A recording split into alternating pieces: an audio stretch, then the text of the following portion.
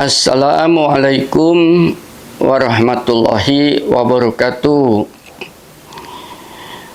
Hadirin andai tolan pencinta kajian Bima Sakti yang punya kesempatan untuk mendengarkan tausiah saya pada saat ini yang berjudul mari kita memelihara cinta dan kasih sebagai sebuah keniscayaan di dalam hidup ini.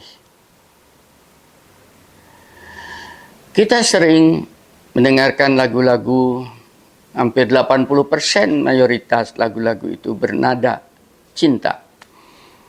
Akan tetapi insya Allah penyanyi-penyanyi yang mendendangkan lagu itu, mereka mayoritas sama sekali tidak mengerti apa makna daripada cinta itu sendiri. Sekedar berlenggak-lenggok tanpa makna, dan mereka senantiasa kata-kata cinta diucapkan dengan kebencian. Mudah-mudahan saya pada kesempatan ini bisa menyampaikan cinta berdasarkan versi ilahiyat, bukan berdasarkan versi makhluk yang sangat heterogen. Tapi kalau cinta atas dasar ilahiyat, insya Allah sifatnya adalah homogen.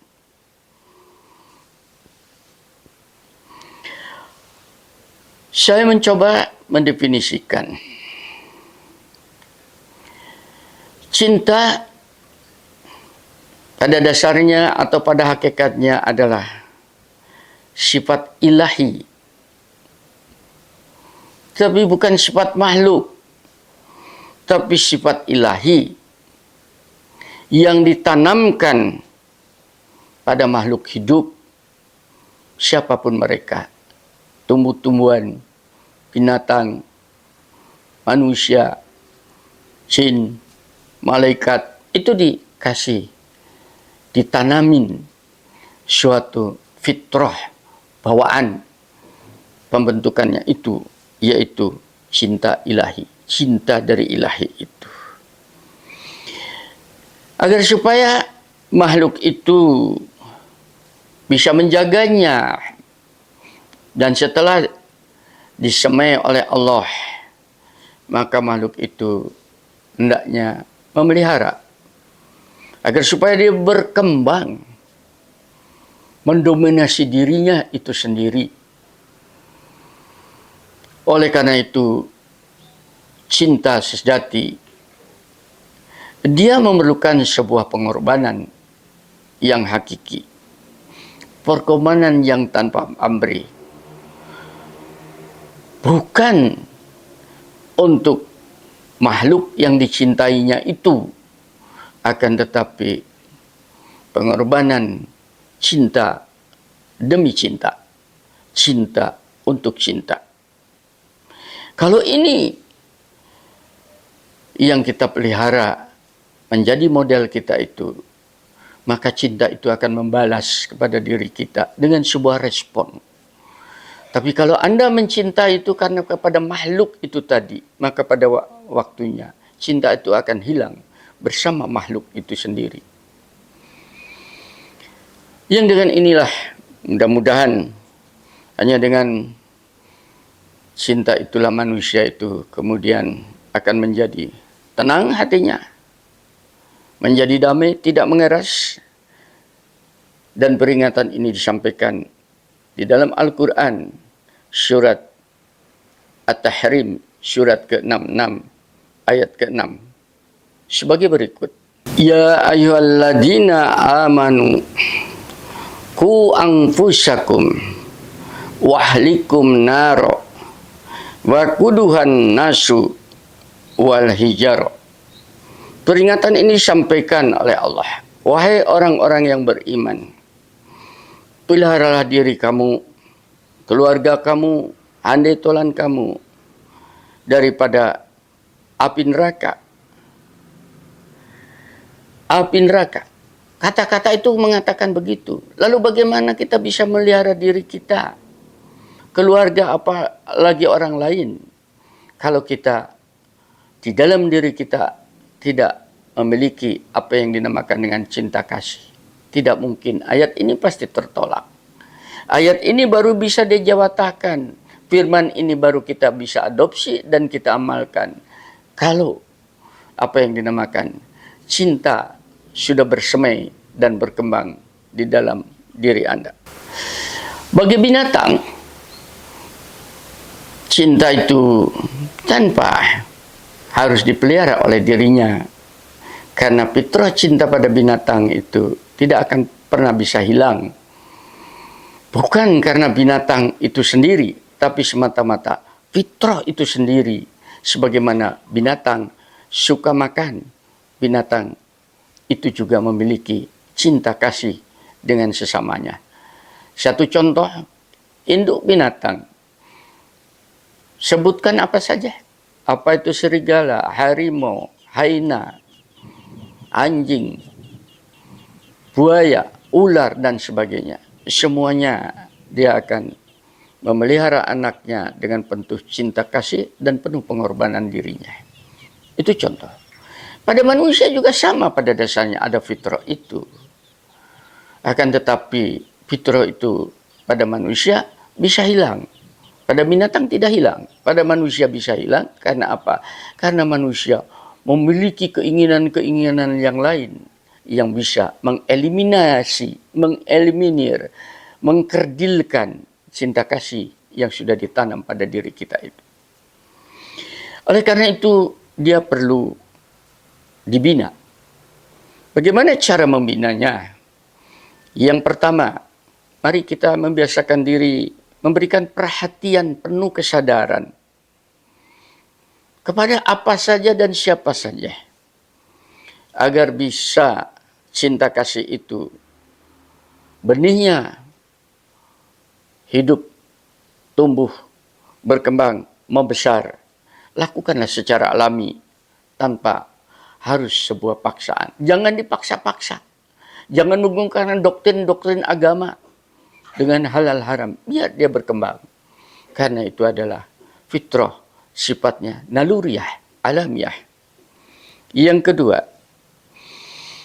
mari kita membiasakan berusaha fokus untuk membangun pemahaman cinta kasih itu tadi.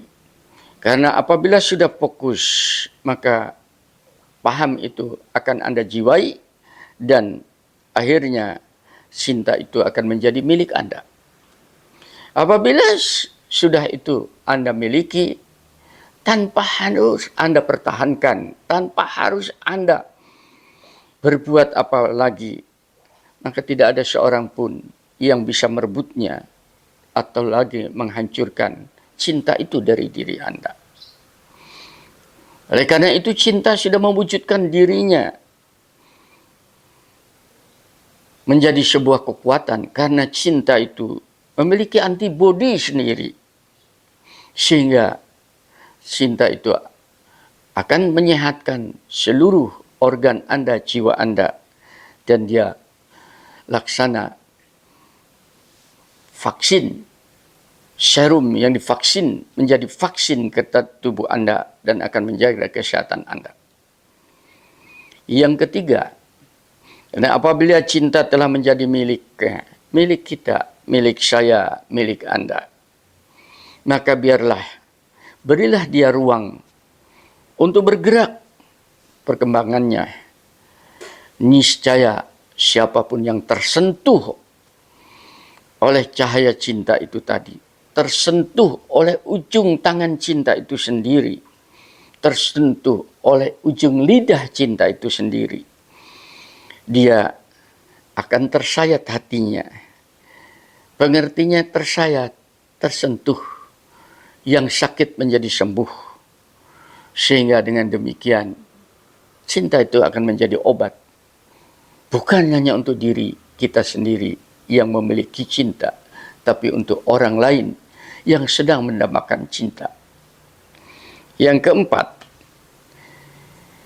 Apabila cinta menjauhi diri kita, maka siapapun pada saat itu dia akan merindukannya. Yang sudah kita miliki tadi, tahu-tahu dia menjauh diri kita dengan sebuah sebab yang tidak jelas, maka kita akan merindukannya. Kemana aku mencari cinta itu? Bagaimana caranya untuk menggapainya? Kita rindu. Rindu yang tidak ada obatnya. Dan obat rindu pada dasarnya hanyalah satu, yaitu bagaimana agar supaya diri kita dengan cinta itu tidak pernah lepas, sehingga cinta tidak akan pernah bisa meninggalkan diri kita sendiri. Sudah menyatu menjadi suatu unity, menjadi sebuah tabiat kita, menjadi sebuah habit kita, menjadi sebuah behavior kita, kelakuan kita, dan sebagainya, menjadi sebuah karakter kita. Maka cinta tidak akan meninggalkan kita. Kita sering setiap membaca Quran selalu dengan basmalah. Bismillahirrahmanirrahim.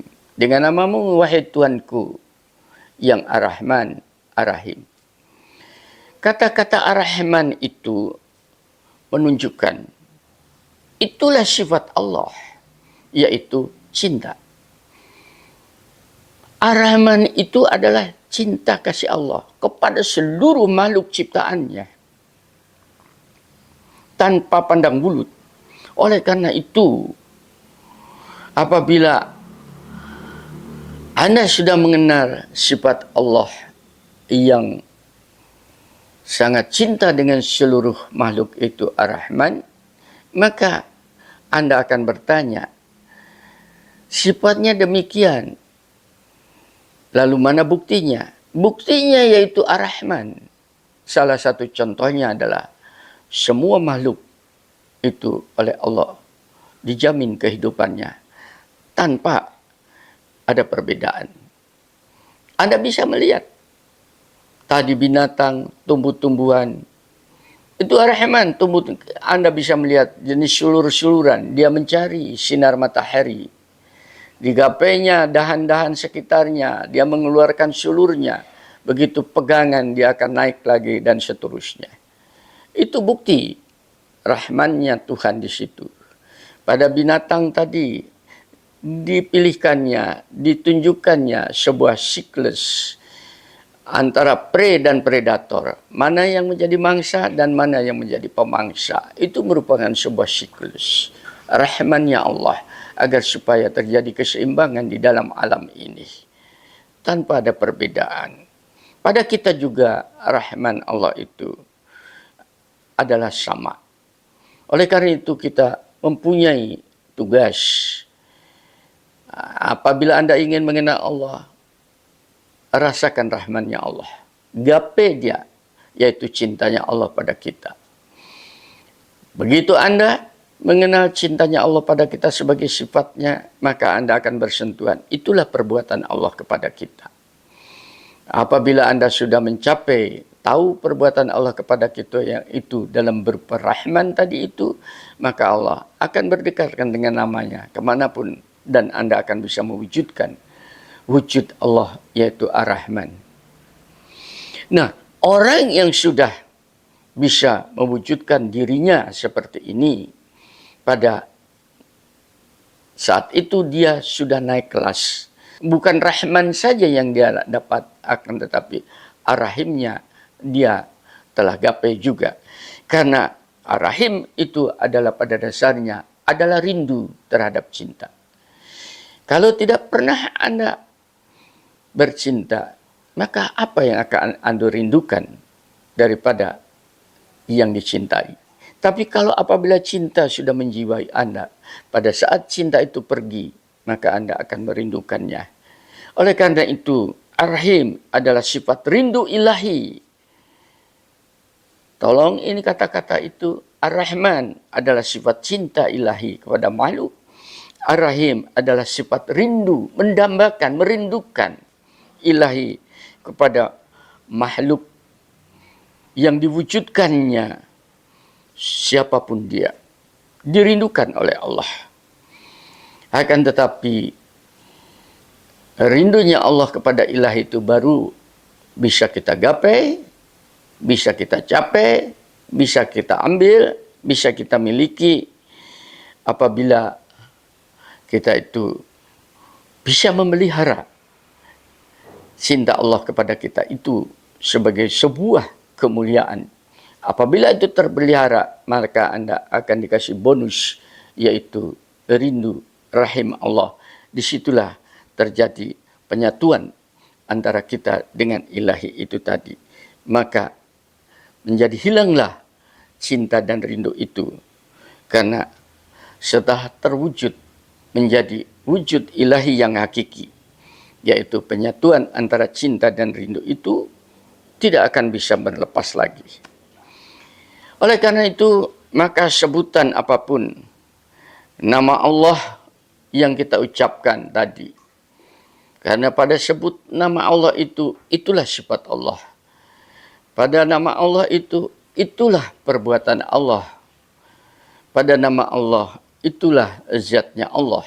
Maka pada saat itu, nama Allah yang kita miliki itu akan menjadi obat mujarab pada siapa saja dalam kehidupan ini yang mungkin jiwanya terlukai oleh sebuah sebab yang kadang-kadang kita tidak kehendaki.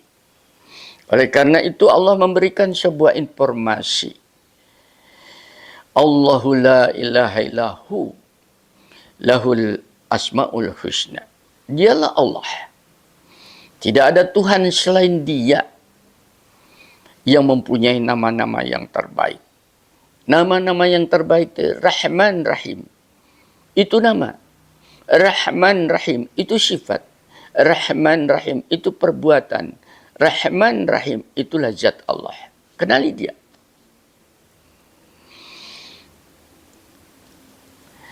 Supaya kita bisa mengejawatahkan, bisa memanfaatkan resep-resep lain yang ditugaskan kepada kita di dalam hidup ini.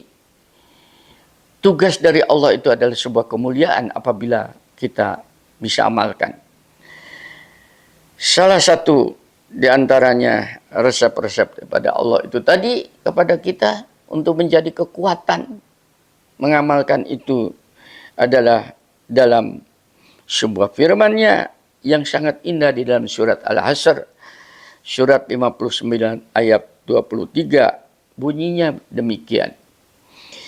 Wallahu alladhi la ilaha illahu al-malikul qudus salamul mu'minul muhaminul ajijul jabbarul mutakabbir subhanallah amma yusyrikun. Dialah Allah. Tidak ada Tuhan kecuali Dia. Dia adalah Raja di Raja, Maharaja, yang Maha Suci, Maha Sejahtera, Maha Menjaga keamanan, Maha Pemelihara, Maha Perkasa, Maha Kuasa, dan Maha memiliki segala keagungan. Maha Suci Allah dari apa yang mereka persekutukan. Harapannya dengan firman ini, semua nama-nama yang disebutkan itu Anda miliki. Disitulah sifat Allah, itulah perbuatan Allah, itulah perkataan Allah, itulah zat Allah. Anda miliki melalui sebuah cinta kasih di dalam detakan jantung Anda dan hembusan napas Anda. Insya Allah Anda akan mendapatkan sebuah kekuatan tadi, yaitu kekuatan keamanan terpelihara, keagungan dan sebagainya. Dan kesucian diri kita akan dijaga oleh Allah. Kalau kita kotor, insya Allah hanya kesucian Allah yang bisa membersihkannya. Setiap langkah itu akan ditunjukkan bagaimana harus melangkah, kemana Anda harus melangkah di sini. Dan ini disampaikan oleh firman yang berikut.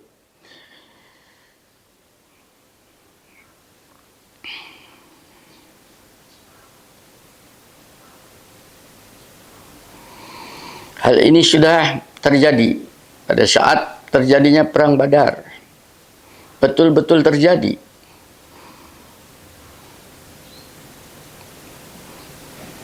Firman-Nya berbunyi begini.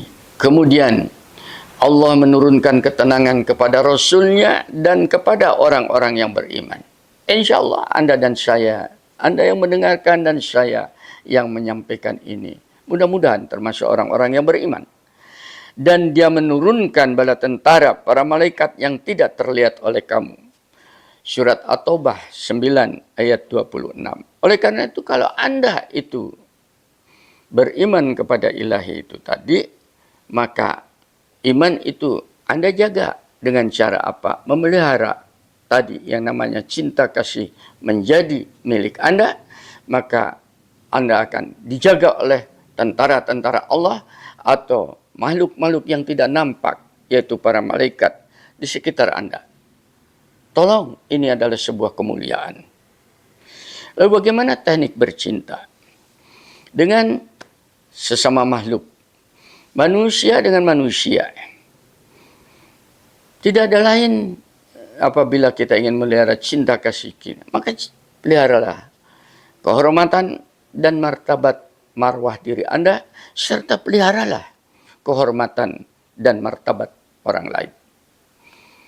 Orang yang suka mengejek, mencaci orang lain, mengkafirkan orang lain, orang ini sudah tidak punya cinta kasih lain.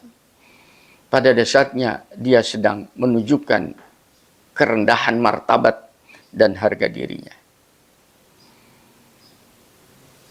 Yang kedua, cara manusia dengan hewan atau dengan binatang, dengan tumbuh-tumbuhan, tidak ada lain. Cinta kasih kita itu adalah menjaga kawasannya, kelestariannya tidak dipunahkan. Manusia terhadap alam adalah kelestariannya agar supaya alam yang sudah memiliki rahman rahim Allah itu tadi tidak dirusak oleh manusia-manusia yang telah kehilangan sifat rahman rahim dalam dirinya. Mudah-mudahan Anda tidak tergolong yang ini, tapi memiliki rahman rahim, insya Allah Anda akan bisa memelihara itu semua. Lalu bagaimana manusia terhadap Tuhannya? Kita dikasih sifat cinta kasih itu tadi, dan Allah juga zat pemberinya itu bagaimana agar supaya terpelihara, dijaga. Tidak ada lain adalah semua anjuran, perintah, rambu-rambu yang diberikan oleh Allah itu kita taati, kita ikutin. Bukan karena keterpaksaan, tapi kesadaran bahwa kita sedang dirangkul, kita dikasih kehormatan oleh ilahi itu untuk selalu bersamanya, kemanapun dan dimanapun, dalam posisi apapun, kita tetap akan terjaga apabila kita berada di dalam rahman rahimnya Allah itu tadi. Karena ini terjadi daripada Tuhan terhadap makhluknya, yaitu diberikan kepada siapa, tergantung makhluk itu sendiri mau mengambilnya atau tidak. Dan Tuhan terhadap dirinya itu juga memiliki cinta kasih. Dalam bentuk apa? Dalam wujud Tuhannya itu sendiri. Maka siapapun orangnya yang bersentuhan dengan pemahaman yang mendalam yang disebut dengan ma'rifatullah, yaitu wujud Allah yang dohir ini tadi, maka dia telah bersentuhan, telah mencapai cinta sejati yang tidak akan pernah punah dan tidak akan pernah pergi. Dan dia akan merasakan lezatnya bercinta dengan ilahi, bukan karena hawa nafsu, akan tetapi karena keriduan ilahi dan kehendak ilahi. Mudah-mudahan saya dan Anda yang sabar mengikuti firman-firman yang saya sampaikan ini tadi, termasuk orang yang dikehendaki untuk bercinta kasih dengan ilahi, dan dampaknya akan dinikmatin oleh sesama di sekitar kita. Walhamdulillahirabbil alamin. Assalamualaikum warahmatullahi wabarakatuh.